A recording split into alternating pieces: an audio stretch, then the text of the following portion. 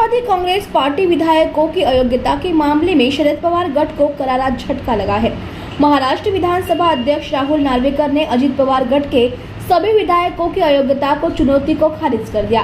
नार्वेकर ने पवार गठ की तरफ से दाखिल की गई याचिकाएं रद्द करते हुए कहा कि संख्या बल के हिसाब से अजित पवार की अगुवाई वाला गठ ही असली एनसीपी है।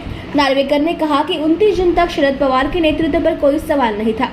उन्होंने कहा कि पार्टी 30 जून 2023 विभाजित हुई थी।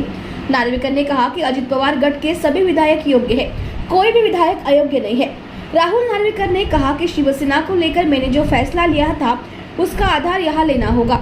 दोनों गठ पार्टी में अध्यक्ष पद को लेकर दावा कर रहे हैं। दोनों ही गठ का दावा है कि अध्यक्ष का चुनाव पार्टी के संविधान के मुताबिक नहीं हुआ है।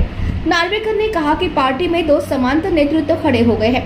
दोनों समूहों द्वारा अयोग्यता याचिका भी दायर की गई है।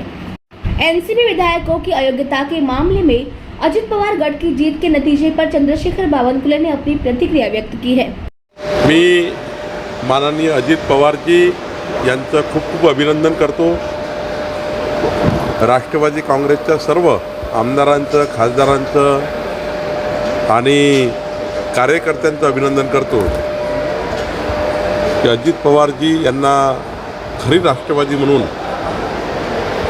यापूर्वी निवडणूक आयोगाने आणि आता विधानसभा अध्यक्ष राहुल नार्वेकरजी यांनी नियमाप्रमाणे विधानमंडळाच्या ज्या परंपरा आहे, नियम आहे आणि अत्यंत चांगला निर्णय, नियमाने निर्णय राहुल नार्वेकरजी यांनी दिला, त्याबद्दल योग्य निर्णय केल्याबद्दल राहुल नार्वेकरजीचं सुद्धा या ठिकाणी मी आभार मानतो।